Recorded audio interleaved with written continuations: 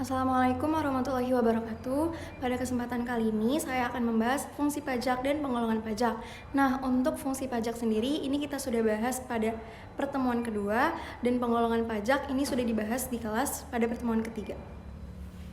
Yang pertama, kita akan membahas fungsi pajak. Nah, fungsi pajak sendiri dibagi menjadi dua, ada fungsi pemerintah dan fungsi pajak itu sendiri.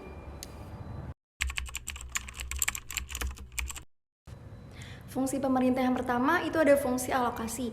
Nah, fungsi alokasi adalah pengalokasian penerimaan pajak untuk memenuhi kebutuhan masyarakat.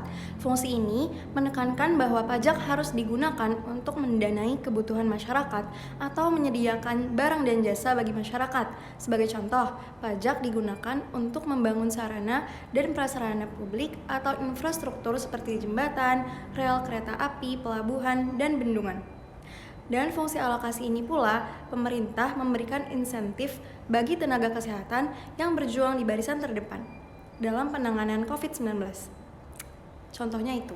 Nah, pemerintah juga memberikan subsidi BBM dan biaya listrik yang selisih harganya dibayar oleh pemerintah dengan uang penerimaan pajak ini. Yang kedua, itu ada fungsi distribusi. Nah, distribusi berarti pemerataan. Dalam fungsi ini, pembayaran pajak berperan dalam mengatur pemerataan pembangunan nasional. Pendistribusian pajak dilakukan dengan memperhatikan jumlah penerimaan yang diterima dengan kesejahteraan rakyat. Dengan pendistribusian penerimaan pajak negara secara merata, diharapkan taraf hidup masyarakat akan meningkat.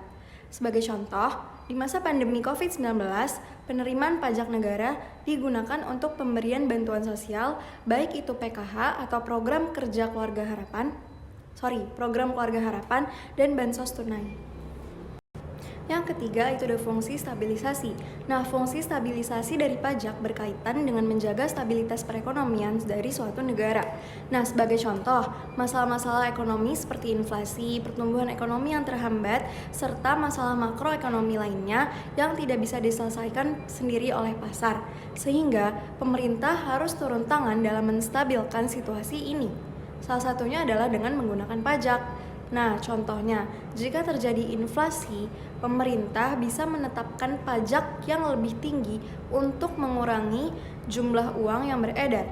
Sementara itu, jika terjadi deflasi atau ekonomi yang cenderung lesu, pemerintah bisa menetapkan nilai pajak yang lebih kecil untuk meningkatkan jumlah uang yang beredar. Yang keempat atau yang terakhir itu ada fungsi regulasi. Sebagai fungsi regulasi, pajak digunakan sebagai alat untuk mencapai tujuan-tujuan tertentu. Dalam fungsi regulasi, pajak berperan untuk mendorong penyaluran dana dari dana yang tersimpan, private saving, ke bentuk investasi, public investment. Itulah 4 fungsi utama pajak di Indonesia. Nah, pada dasarnya, pajak yang disetorkan oleh wajib pajak pribadi maupun badan digunakan oleh pemerintah untuk membiayai pengeluaran dan pembelanjaan negara yang digunakan sebesar-besarnya untuk kemakmuran rakyat. Jadi, dari rakyat kembali untuk rakyat. Pajak menjadi sumber pendapatan negara sehingga diharapkan wajib pajak dapat menjalankan kepatuhan pajak dengan baik dan lancar.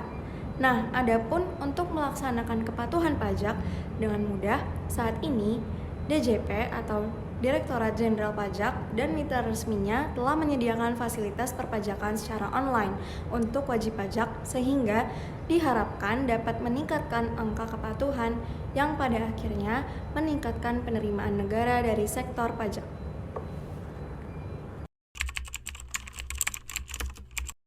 Nah, kalau tadi kita sudah membahas fungsi pemerintah, kali ini kita akan membahas fungsi pajak. Fungsi pajak dibagi jadi dua, ada paradigma klasik dan paradigma kontemporer. Dalam paradigma klasik, itu ada fungsi budgeter atau anggaran. Nah, untuk bisa melaksanakan berbagai kegiatan, termasuk diantaranya pembangunan, negara membutuhkan sumber pendapatan untuk masuk ke kas negara. Salah satunya adalah melalui pajak. Nah, salah satu fungsi pajak adalah sebagai sumber anggaran negara yang nantinya akan digunakan untuk membiayai berbagai pengeluaran rutin negara yang akan bermanfaat bagi masyarakat.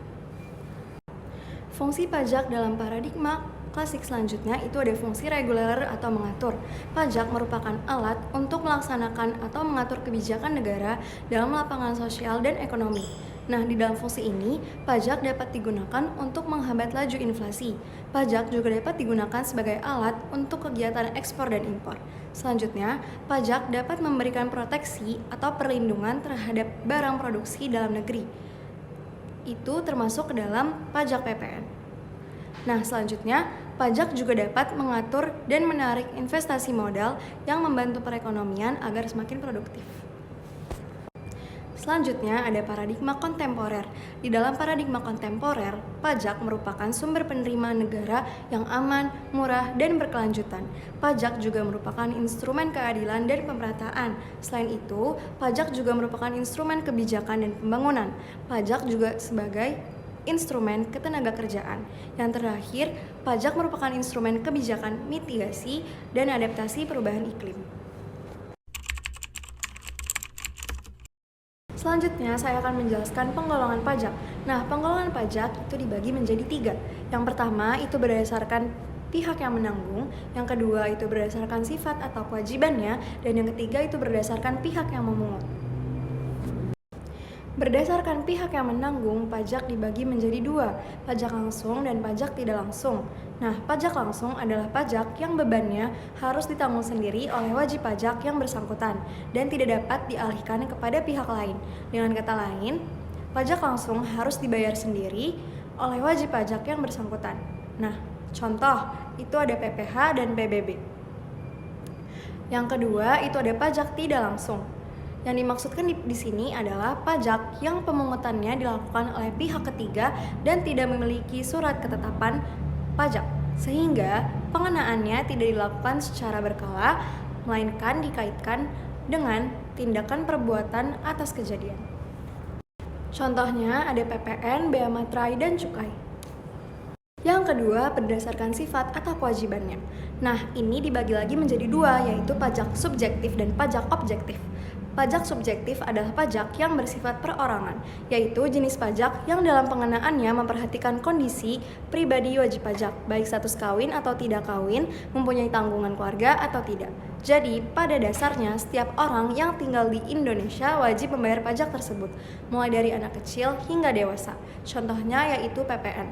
Sedangkan pajak objektif adalah pajak yang bersifat kebendaan, yaitu jenis pajak yang dalam pengenaannya hanya memperhatikan sifat objek pajaknya saja, tanpa memperhatikan keadaan atau kondisi dari wajib pajak.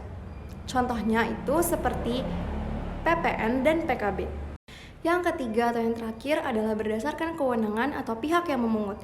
Ini dibagi lagi menjadi 2, ada pajak pusat dan pajak daerah. Pajak pusat adalah pajak yang ditetapkan oleh pemerintah pusat melalui undang-undang yang wewenang pemungutannya ada pada pemerintah pusat dan hasilnya digunakan untuk membiayai pemerintah serta pembangunan. Contohnya itu seperti PPh, PPN, PPNBM, bea materai, PBB, dan BPHTB.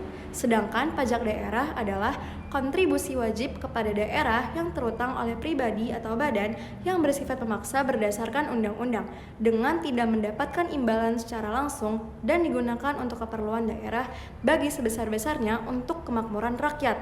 Contohnya, pajak provinsi itu ada pajak kendaraan bermotor dan kendaraan di atas air.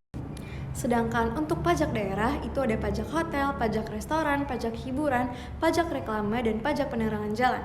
Sekian dari saya. Wassalamualaikum warahmatullahi wabarakatuh.